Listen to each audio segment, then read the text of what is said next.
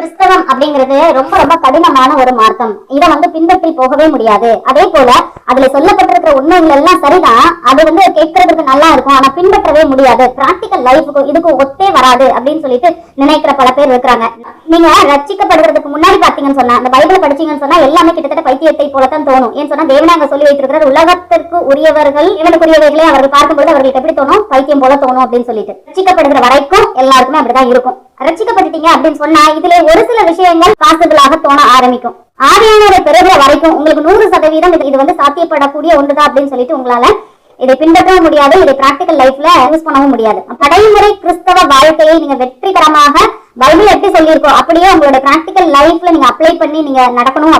முதலாவதாக உங்களுக்கு ரட்சிப்பு இருக்கணும், இரண்டாவதாக பரிசுத்த ஆவியானவரை நீங்க பெற்று இருக்கணும். இந்த ரெண்டு இல்ல அப்படின்னு சொன்னா பைபிள் அப்படிங்கிறது கேட்கறதுக்கு வேணா நல்லா இருக்கலாமே ஒழிய அது பின்பற்ற உதவாத ஒரு காரியமாகத்தான் கண்டிப்பாக தோணும்.